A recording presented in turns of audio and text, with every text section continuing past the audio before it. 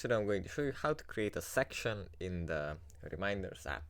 First we have to open up the app, and here it opens up like this. From here in the top row we find this button.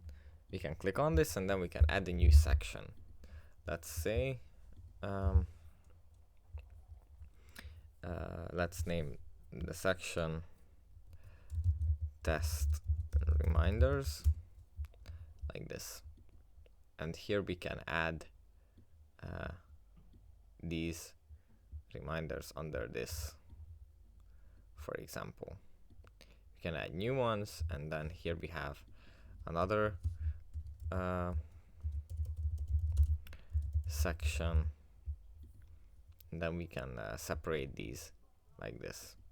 These would all be toggle lists, and we can organize our to-do things very easily like this. So yeah, that's basically it for this video. I hope it was helpful for you guys, and I'll see you in the next one. Bye.